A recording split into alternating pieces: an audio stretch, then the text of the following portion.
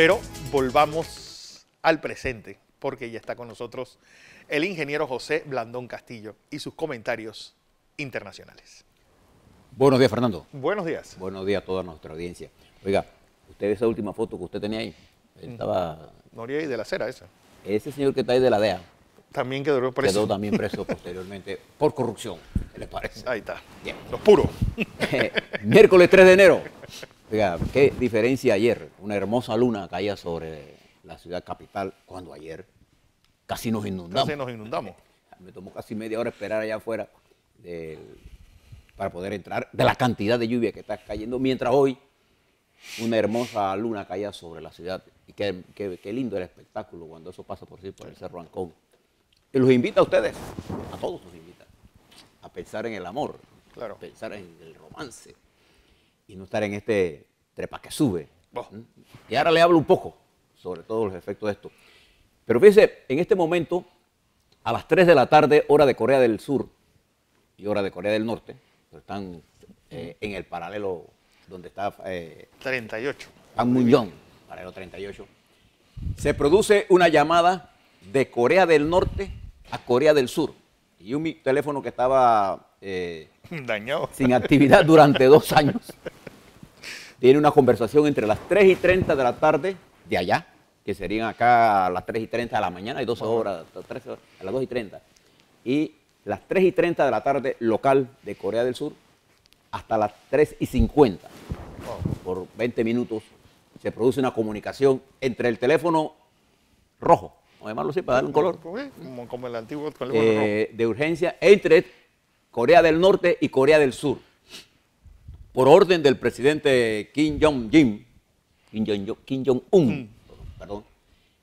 A las 3:30 en punto se da esta comunicación, en el interés de Corea del Norte de abrir un diálogo que también está invitado por Corea del Sur, para la participación de Corea del Norte en los Juegos de Invierno que se harán en Seúl, en Corea del Sur, a partir de febrero. Por ahí, entonces se produce esta noticia importante porque juega un poco a la distensión, que es la que necesitamos. Pero mientras eso estaba pasando, mire esta diferencia de conducta. El presidente de Corea del Norte dijo que él estaba, en un mensaje que dio por televisión, inusual para él, de Corea del Norte, que él tenía el botón del nuclear en su escritorio. ¿Cómo? Y podía apretarlo en cualquier momento. ¿Sabes cuál fue la respuesta del señor Donald Trump? El suyo es más Hombre, grande. que él también tiene su botón, pero que el de él es más grande y funciona. Esa es una respuesta machista. A la agresión machista sale el supermacho. Estamos Los botones. entre los botones de dos, sin racionalizar lo que estamos promoviendo. Estamos promoviendo, esto es inusual en los Estados Unidos, un presidente de los Estados Unidos, y además de ningún país del mundo se ha comportado así. Sí. ¿Usted conoce algún caso de esto, de un país que tenga el poder que tiene los Estados Unidos? Porque los Estados Unidos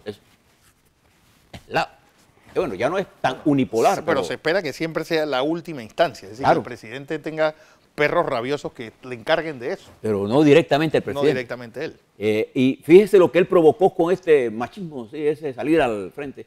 En el primer tuit, le contabas ayer a ustedes que en el primer tuit de enero, el 1 de enero, contra Pakistán. Bueno, el Consejo de Seguridad de Pakistán está reunido para considerar la posición del presidente de Estados Unidos, que ha dado y lo ha amenazado con retirar la ayuda. 200 y pico de millones de dólares. Retirar la ayuda. Y ayer lo dijeron, que lo iban a retirar, igual que iban a retirar la ayuda a Palestina. Esta política hostil de manejo. Y a la ONU. Sí, a la ONU. No sé qué beneficio le da a los Estados Unidos, sino sea aislarse más, porque está perdiendo un aliado importantísimo, independientemente, porque es que no entender la realidad de Pakistán es un país... Es el portaaviones en Asia Central. Claro, y además es una base, no puede estar actuando en la actitud guerrerista que usan otros, porque los Estados Unidos va a hacer la guerra allá, ellos tienen la guerra ahí. Pakistán ha sufrido atentados terroristas terribles, terribles. Y allí coexisten todas estas fuerzas radicales que cada vez que los Estados Unidos o el mundo radicaliza su posición frente a ellos, lo que está dándole armas a los radicales en contra de los más consecuentes en una coexistencia pacífica que requiere el mundo. Pero como si fuera poco, en los Estados Unidos hay un debate en este momento, adivine, por una expresión que se llama el Deep State, Estado profundo. El presidente de los Estados Unidos, Donald Trump, acusó al Departamento de Justicia de los Estados Unidos de ser un Estado profundo. Y le explico qué quiere decir eso. En la teoría política de los Estados Unidos, que fue, este concepto fue explicado largamente por el excongresista Mike Lawson, allá por el año 2014, significa el estado de una situación dentro de un estado donde hay fuerzas que no han sido elegidas democráticamente, pero que ejercen el poder. Y este es un eslogan de la derecha norteamericana que ha sido fomentado por Steve Bannon, dirigidas a romper las estructuras que impiden que se den la teoría de del nacionalismo norteamericano y de la lucha de los Estados Unidos para los Estados Unidos y todo el mundo para el cariño. Esta teoría de la derecha, que tiene su base fundamentalmente y que ha servido también para otros análisis, tuvo su expresión más grande, se recuerda, cuando vino el atentado de las Torres Gemelas. El poder que tuvo el sistema de seguridad norteamericana fue tan absoluto, el Homeland Security, que se creó un poder dentro del poder. O sea, las autoridades no electas ejercen el poder de las autoridades electas. Entonces Trump acusa a su Departamento de Justicia por estar investigándolo a él en el caso de Rusia. Toda la comunidad de inteligencia de los Estados Unidos, todas, demócratas y republicanos, coinciden en que ha habido una intervención rusa. Solamente el presidente de los Estados Unidos y ahora acusa a su propio departamento de esta realidad. Pero en el mundo también esto se utiliza. El Estado profundo es aquella existencia de fuerzas, particularmente de las inteligencias de los diferentes países, que asumen la conducción para los que no fueron nunca electos. ¿Usted le recuerda aquí en Panamá algo?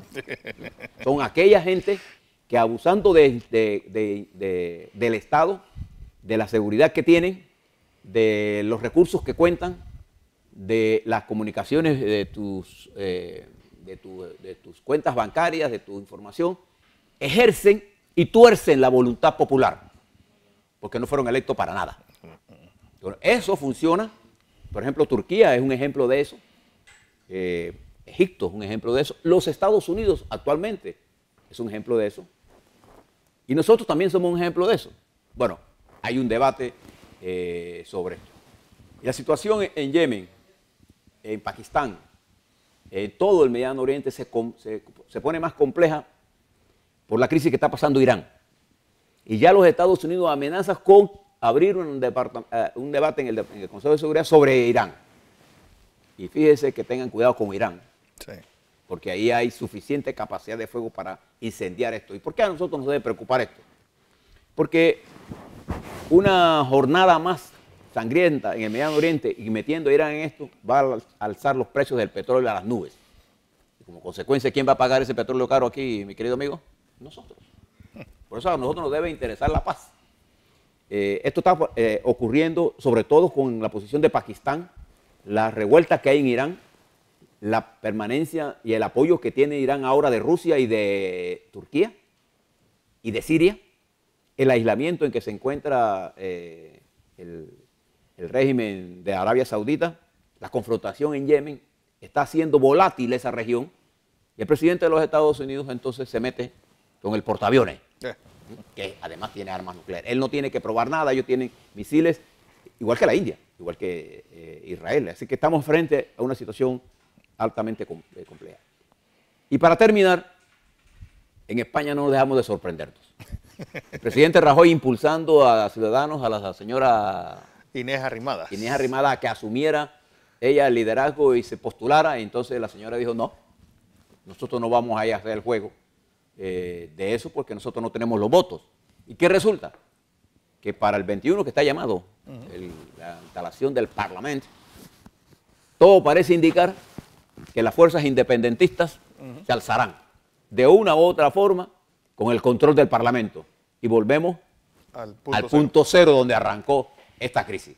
El Parlamento vuelve a ser independentista, con minoría en términos de votación popular, pero con mayoría en términos de representación en la Asamblea, en el Parlamento. Entonces, así funciona la democracia. ¿Y ahora qué van a hacer? Y hay un partido que sacó la mayoría de votos independentistas que está proponiendo, ¿sabe a quién? A Puigdemont. Puigdemont. Carles Puigdemont vuelve al escenario político. ¿Y esto qué le está demostrando a ustedes? Que cuando hay escenarios complejos, lo que se requiere es una capacidad política. Cabeza fría. Para entender esto. Y cabeza fría. ¿No? ¿Por qué? Porque cuando usted habla con odio o desde sus preocupaciones muy personales y no entiende la dinámica política, entonces usted lo que hace es provocar más crisis. Le dejo esto allí para volver con este tema al regreso del análisis que vamos a hacer de lo que dijo el presidente ayer y las consecuencias que esto va a tener en el plano político nacional. Uno, obviamente, el tema del discurso presidencial y sus repercusiones en el día de hoy. Y dos, ¿qué pasa en la Asamblea con esta, pues, un nuevo día de ratificación o del proceso de ratificación de las magistradas Zuleika Moore y Ana Lucrecia Tovar de Sarac? Fernando, estimados televidentes, primero en el caso del diputado Mario Lázaro, ya la Corte acaba de emitir ayer en la tarde un comunicado que se leyó aquí. Debo resaltar algunas cosas. Los diputados no tienen inmunidad. Eso no existe. Eso fue eliminado. Lo que resulta es que el diputado Lázaro, además de ser diputado, es competidor en las elecciones internas y tiene fuero electoral. El fuero electoral no lo proteja a él, nada más que en los asuntos de carácter político, y el fuero electoral tiene una intención de protección para la competencia que se está dando políticamente, pero no para este tipo de acciones. Impunidad. De manera que él será sometido a los procedimientos que dicte la ley y en respeto a sus derechos, pero también en respeto a las víctimas, que son los familiares de la niña que murió. De manera que este proceso ya la Corte dio una explicación sobre ello. También quisiera expresarle mi más profunda preocupación, Fernando, por los acontecimientos que ocurrieron ayer en Chiriquí con la niña. No, esto nos debe llamar a una reflexión, porque ese intento de violación a una niña de 3 años, de presencia de su hermano, constituye una aberración de la conducta humana.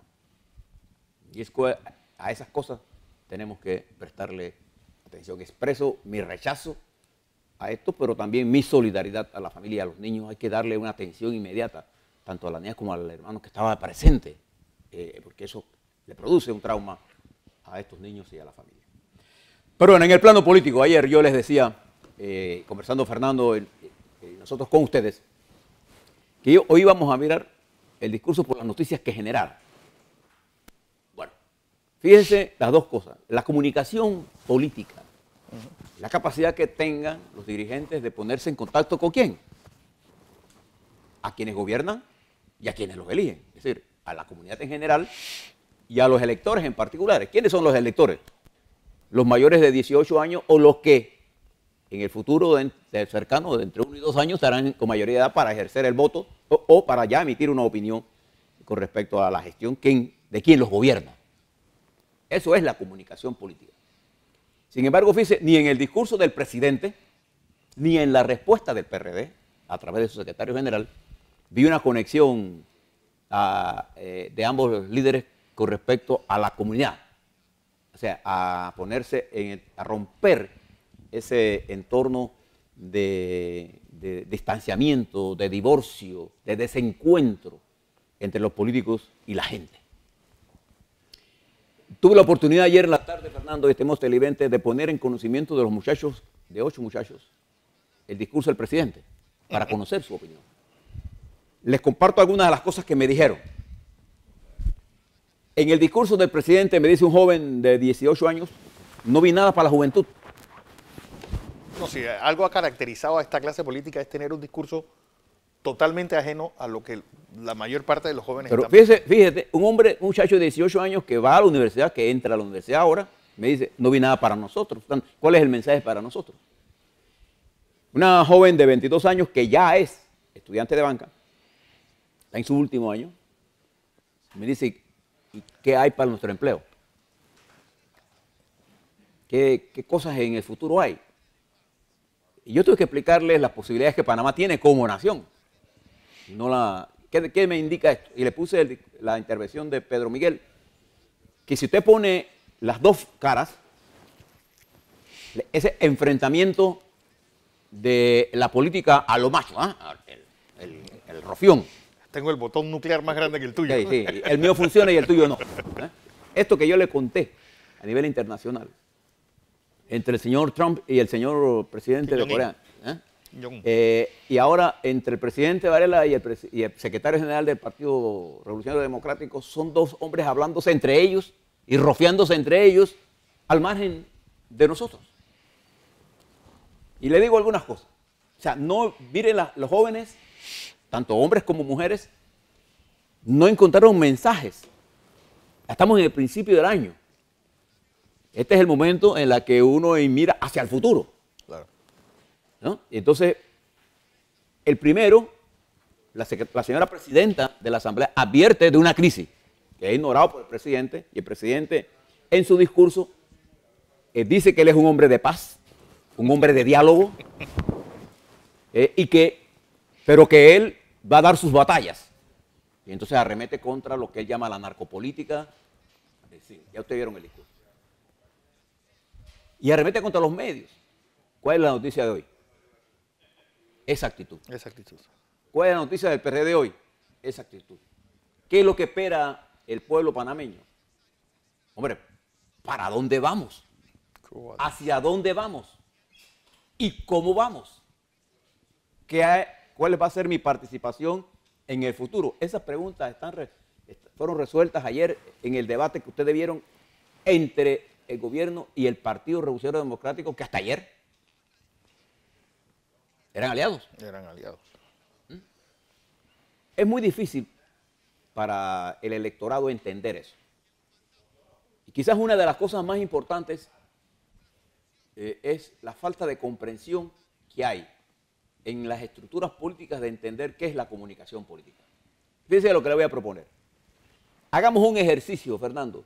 ¿Qué hubiese pasado si el presidente de la República ayer, en un tono conciliador, hubiese llamado a un diálogo a todos los partidos políticos para discutir las legislaciones que decidimos que deben enfrentarnos a la agresión externa o a los requerimientos externos con respecto a la modernización y adecuación de nuestro sistema de servicios, nuestra plataforma generadora de miles y miles de empleos?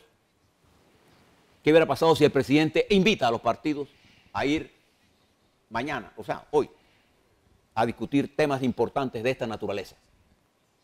¿Qué hubiese pasado si el presidente hubiera dicho, en función de lo que he visto, he conversado con mis dos propuestas y anuncio al país que la retiro? Y en los próximos días estaré proponiendo algo más. ¿Qué hubiera pasado? Eso hubiera sido la noticia y nosotros hubiéramos estado hoy en positivo, discutiendo los temas más importantes del país.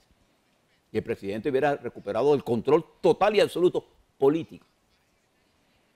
El control policíaco del Estado ya no amenaza a nadie. Yo no creo que haya dirigentes de Panamá que se sienta amenazado porque el presidente hable de narcopolítica. Es que hay narcopolíticos que lo... Hombre, y además, este es un país pequeño. Sí. Nosotros sabemos en qué anda y quién anda. No hay que ser muy... Pero si usted tiene una información de esa naturaleza, es el deber suyo informarme a mí, que soy la comunidad también, de quiénes son los que están bajo investigación, para yo no tener ese tipo de relación, ni involucrarme en actos que me pueden llevar a otros temas. De acuerdo a nuestra constitución y legislación, si usted es conocedor que alguien está en un proceso ilegítimo, es su deber denunciarlo públicamente, no genéricamente. Ese es su deber. Entonces, ¿qué ganamos con esta pelea? Unos retando al otro, y nosotros vamos a formar una mayoría entre Cambio Democrático y el PRD, una mayoría con respecto a qué y para qué. Va a haber una mayoría que no se va a formar por lo demás.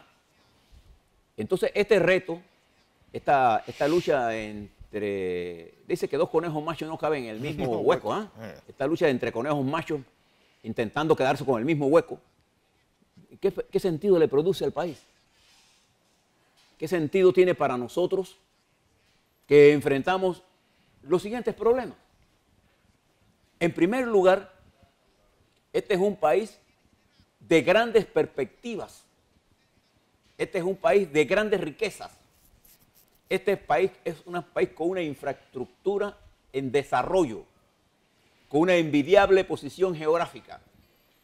Este es un país con indicadores económicos relativamente sanos. No solamente con respecto a la comparación de que otros estén mal, sino comparándonos buenos con buenos. Para que estemos claros, no es la comparación entre usted que está lleno y yo que estoy hambriento, no. Es entre usted que está lleno y yo que tengo lleno, pero tengo comida más agradable que repartir o más sana. Lo que tiene que hacer la nación panameña es rehacer las cosas que están mal. Hay algo más simple que eso. ¿Qué cosas están mal? ¿Qué cosas yo puedo hacer de aquí a los 18 meses próximos para crear la estabilidad que me permita, en conjunto con todas las fuerzas políticas del país, enfrentar la enorme y trascendental coyuntura que se abre? Observe lo que el mundo está planteando en este momento. Cuando usted hace el nuevo perfil de los países, de los nuevos países que van a ser el liderazgo del mundo, mire cuál es el liderazgo que habrá para el 2022 o 2032 o 2020, 25. Eso es ahora mismo. En la primera potencia del mundo, de acuerdo a todos los cálculos, va a ser China popular. Le seguirá los Estados Unidos, Japón, Alemania, India, Corea del Sur. 3 de las 6 primeras potencias son de Asia. 3 de las 3 primeras potencias que son asiáticas necesitan el canal de Panamá. Y la segunda, que es los Estados Unidos, es el principal usuario del canal de Panamá. ¿Usted quiere más? Mejores perspectivas. Mejores perspectivas para nuestra juventud, para que nuestros políticos le hablen a esos jóvenes, hombres y mujeres nuestras que están en las universidades y que cuando salen no encuentran los salarios adecuados para poder formar una unión entre un médico, ingenieros o una muchacha de banco con un muchacho de ingeniero en agrícola, etc. Entonces, ¿por qué no le hablamos a ellos? Es que el acto de dirigir un Estado es pensar en las próximas generaciones, es crear las condiciones y superar las confrontaciones individuales para dejar al margen estas bochinches personales, este yoísmo, para darle paso a un liderazgo que logre movilizar un país que tiene estas extraordinarias perspectivas, Fernando. Observa lo siguiente.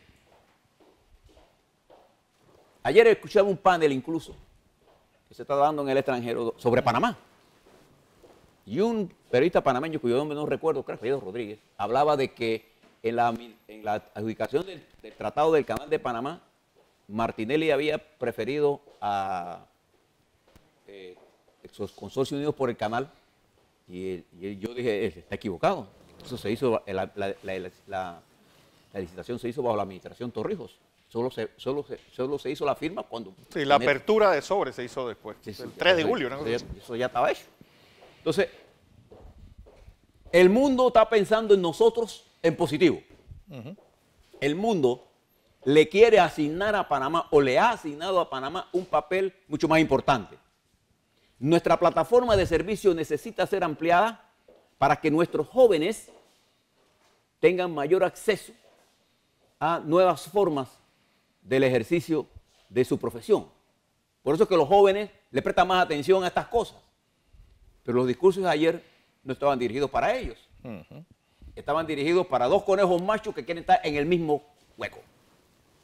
Entonces, ese machismo en la política, esa actitud hostil, lo que está generando es un desencuentro o fomentando más el desencuentro. Entonces, para colmo de esto, todos estos incidentes de peleas en las calles, de discursos, de palabras obscenas, crispa todavía más. Crispa más la situación, y entonces ahora parecemos como si fuéramos un país en caos.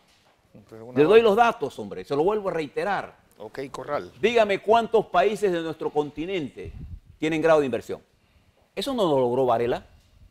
No, ese es un logro de la sociedad en su conjunto que se materializó desde que el gobierno de Martín Torrijos pudo aprovecharse en plenitud del retorno del Canal de Panamá a manos nuestras y que Martinelli lo utilizó y bajo su administración adquirimos grado de inversión y lo mantiene Varela por 4 años. ¿Qué significa grado de inversión, mi querido televidente? Significa que nosotros, el dinero, tanto público como privado, en este país es más barato.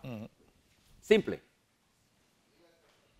Entonces, esas cosas importantes, hoy nuestro sistema de servicios, la plataforma de servicios que genera más del 80% del empleo de este país, necesita una remodelación. Me estaban diciendo las autoridades del MEF que solo los jóvenes han prestado más atención a esta remodelación, que sería la mejor,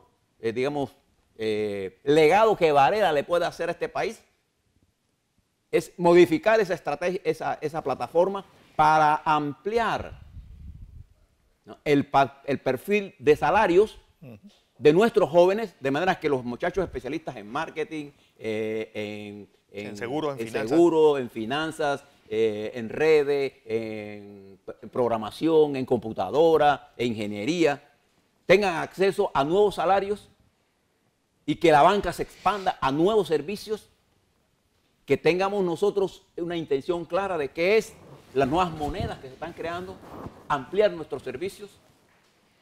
Para eso necesitamos tener estadistas y políticos que puedan pensar más allá de sus narices. Entonces, fíjese, Fernando, esta confrontación que hacía de las ideas tanto del presidente ayer como lo que decía. Yo le pregunté a ellos, ¿usted ve este país mal? La respuesta de ella, no, el país no está mal. Lo que está mal son los políticos. Ahí está. Entonces, esta ausencia, fíjese cuál es la noticia hoy.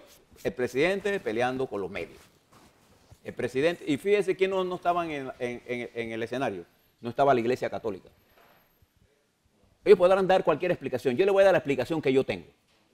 La jerarquía de la Iglesia Católica no participó cuando el 9, estaba usted y yo aquí transmitiendo, el presidente de la República les dijo a ellos, a la Iglesia Católica, que ellos habían recibido también donaciones de Odebrecht, poniendo sobre la jerarquía de la Iglesia una serie de sombras en el momento en que la jerarquía de la Iglesia está embarcada en una de las actividades más importantes que va a venir en enero del 19. Mire, estas las cosas Un año, que tenemos. exactamente. A un año le hace eso. ¿Y qué hizo la Iglesia? No fue, ¿a quién mandó? A un cura. Me llamó la atención que no hubo ni un miembro del Tribunal Electoral. Digo, del tribunal, estuvo el fiscal electoral. La Corte Suprema de Justicia, una ausencia de su presidente. 3 de 7 fueron. Sí, porque los 2 otros magistrados, Eudén Ortega y el señor, ya no son magistrados. De manera que esas cosas que están ocurriendo deben llevarnos de atención. Me llamó la atención el discurso de la presidenta de la Asamblea y me llamó la atención de la reacción de la comunidad en un país con amplias perspectivas. Entonces nosotros estamos creando, y termino aquí, una imagen de negativismo que nos impide entonces ver, ¿y quiénes son los que están en la palestra? Los descalificadores. Y esa descalificación colectiva nos va a llevar a escoger a un descalificado para ejercer el liderazgo en el momento en que el país requiere de sus mayores talentos, de la mejor capacidad de todas las fuerzas, estén en el PRD, en Cambio Democrático, en el Molirena, en el panameñismo, en la sociedad en general. Necesitamos juntar nuestros mejores talentos para aprovechar esta inmensa coyuntura que se abre, rica en perspectivas, pero también llena de peligros, si no sabemos entender. Y de amenazas. Y este es un piano, mi querido amigo, que hay que saberlo tocar, porque el piano mundial está altamente afinado. Muy afinado. No es para cualquiera. Hombre, casi una especie de papoluca.